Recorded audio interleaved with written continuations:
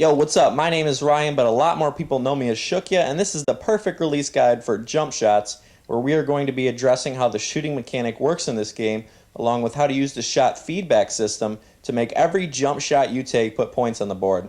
But before we get started, here's a quick list of the 7 things we're going to cover in this tutorial. I just wanted to give this video some organization, so here's a little preview. Number 1 is the perfect release indicator in the blue circle under your player. That's the first thing we're going to talk about. And some of you may have noticed this, but you see that blue circle under Ray Allen? There's a little flash that indicates where the perfect release is when you take a jump shot. So, well, actually, let me just take a jump shot really quick and you'll see.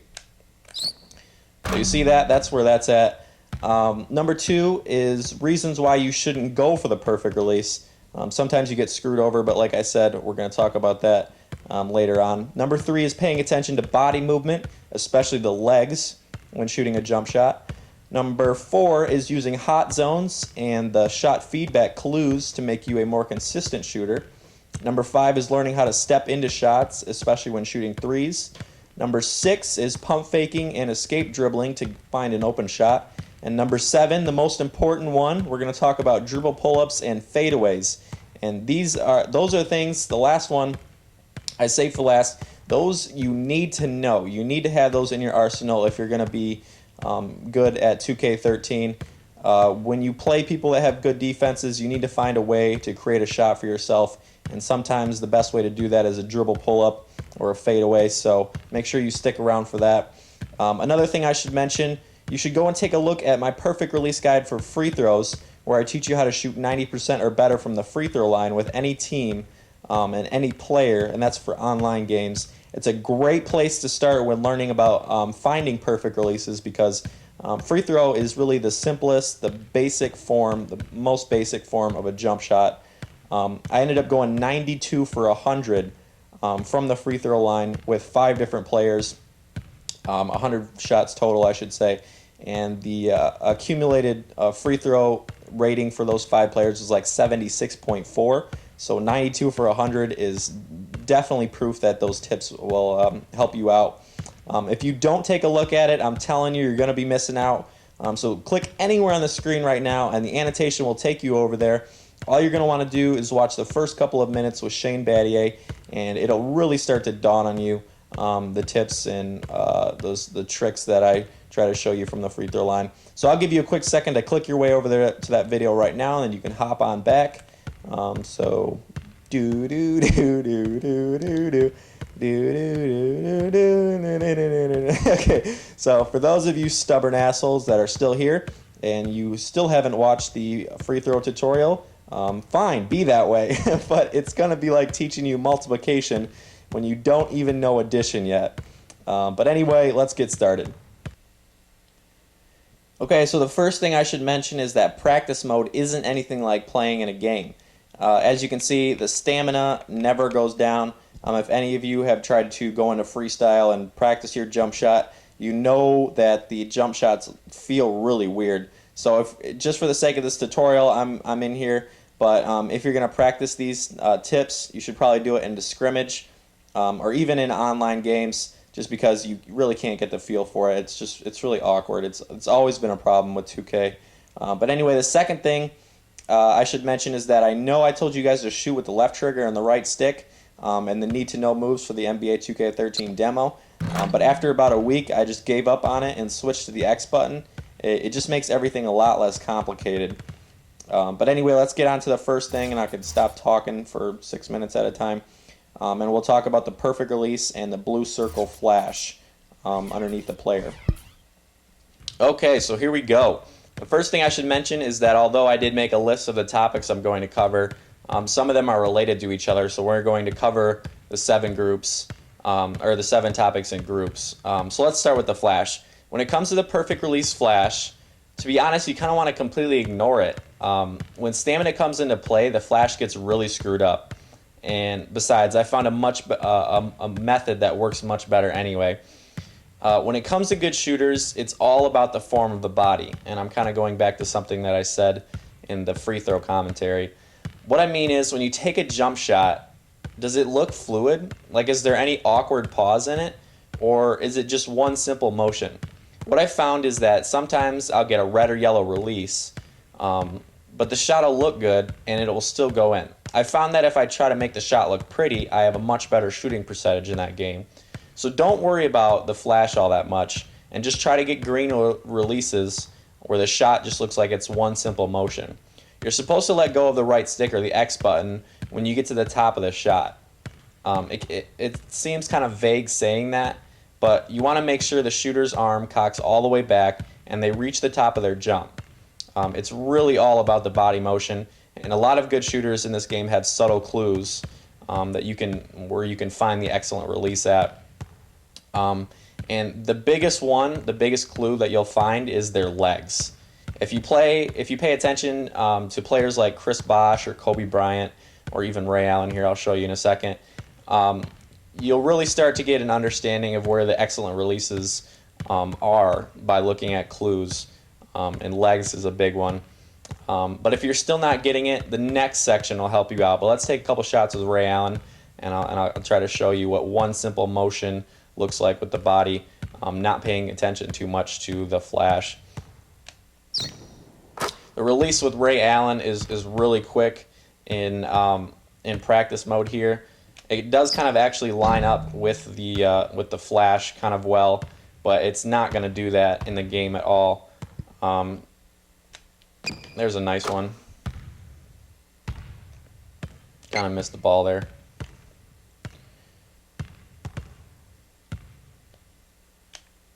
That one was kind of late.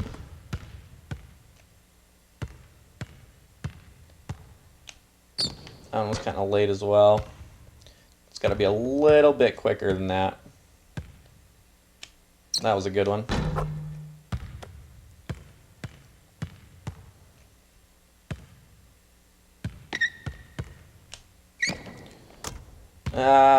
I didn't really like that one, but it looked kind of good afterwards. Alright, let's get one more, and then I'll show you the legs from the top of the key. That one looked good. Alright, now let me show you what a top view looks like. And you can kind of see how his legs kind of close together right where the perfect release is at. And you just got to kind of remember that stuff. I think that was the first one I missed. Or no, I think it was the second one actually. But you'll really start to see that stuff, and it'll help you with shooters. Actually, the better shooters are the ones that it'll help you with. All right, so let's move on to the next little section. Now we're going to talk about shot feedback and hot zones. This is probably the second most important part of this entire tutorial. If you haven't quite figured it out yet, shots are classified into 3 different categories in this game: early, excellent, and late. And when you turn on the shot feedback, you can use it to really start to get consistent with your jump shots. If you don't know how to turn on the shot feedback, click on the annotation on the screen right now, and it'll take you to one of my videos about saving coach settings for online games. And I talk about it, how to do it in there. Now the thing with shot feedback that's really important to understand is that there are 3 pictures of releases in the shot feedback icon. There's 2 red ones and 1 green one. The first red one, when you can see the ball, is when you can see the ball like behind the shooter's head. So let me show you that really quick. That means you're releasing it too early, even though I made it. So the second one, going in order, is green, and it means that it was an excellent release. So let me show you that. 8+. Pick up the ball, Velociraptor. And then, of course, the last one, another red one, means you're releasing the shot too late. Let me show you that. Too late. And then using this icon correctly, the shot feedback icon, you'll really start to understand where your players' releases are, each of your players' releases are at. And you'll start hitting everything, I promise. As far as the hot zones go, just press back button when you're here. They're really just something that you're going to want to remember. Stay clear of the blue, right, and then aim for the red. Most of the A+ that you'll get are going to come in the red hot zones when you're playing in games. You can get A+ a lot when you're playing or when you're just screwing around right here. But most of the A-pluses you'll get are when you get perfect releases in here in games like that. But anyway, the effect that the hot zones have on your shot is pretty substantial.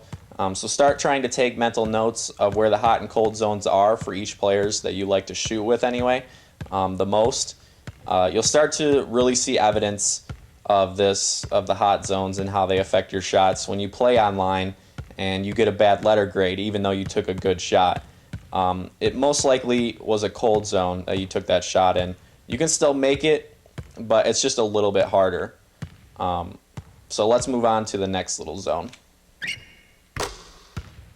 Now we're going to be talking about stepping into shots. This is really simple. Whenever you can, or whenever you have the space, if you want to take the best possible shot, you want to step into it. And you do that by bringing the ball down and then up from your hip into the shot. It's a lot easier to get the rhythm down this way, and I'm pretty sure it hurts the outcome of the shot if you just hold X before you receive a pass, because it starts it out with it above your head. So just keep that in mind when you're on the fast break. I'm going to kick it out to Dwayne Wade here and see if he can pull up for 3 on the fast break. It might get contested. Obviously, I can't throw myself a pass in freestyle, so I had to do it in scrimmage. So let's see if you guys can get the general idea for this type of technique when it comes to jump shots with this little scenario right here.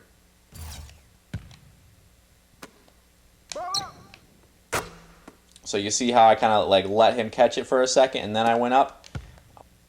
Alright, so there's that on the fast break anyway. And speaking of the fast break, it's Ray Allen's best friend. I light it up from outside when I play with the Heat and use Ray Allen on the fast break. I step into a lot of wide open trays and it's almost always an easy 3 points for the Heat. And then when I start to warm up or I start scoring a lot with Ray, the other team like starts catching on and then they'll send a defender over to him instead of cutting off the lane to the basket.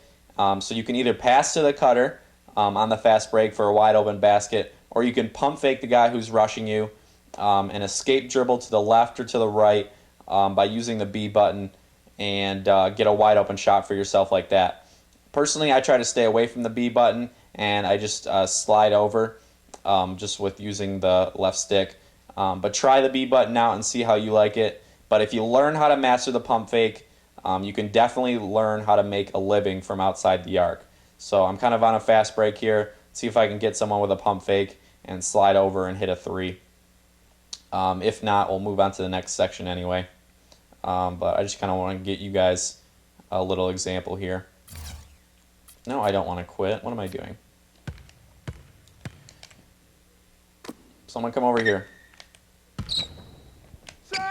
Obviously I got blocked, but you know what I'm talking about. Terrible example, but you saw it. Alright, so let's move on to the next section.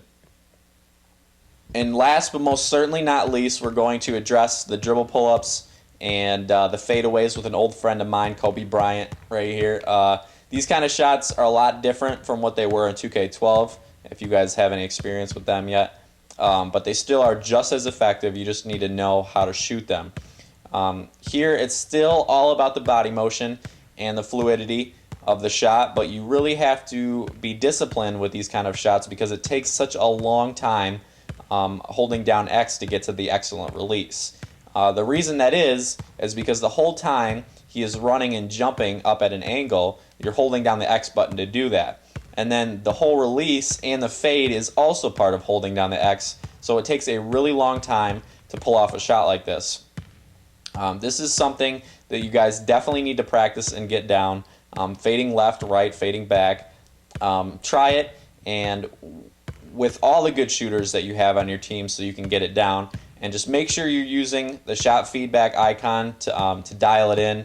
But when you're playing against good defenses, sometimes you'll have to settle for a decent dribble drive or a decent dribble pull-up or a fadeaway. It's something that you have to master to beat good teams because on some possessions, the other team's defense just has too much stamina and it's able to run around like crazy.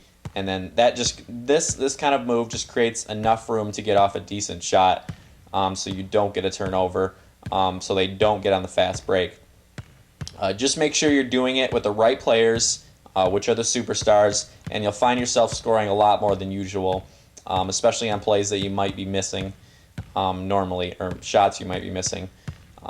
Missing shots like these is much better than driving to the basket and getting swatted and getting screwed out of a layup when the defense collapses.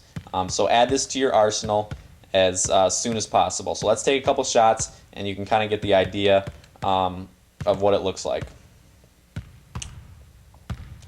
Fade. A+. We'll get one more to the right, and then we'll go two to the left. I don't really know if I like his shot better in 2K12 or 2K13. Funny how I still get an A+ with a bad release like that. That's Kobe Bryant for you.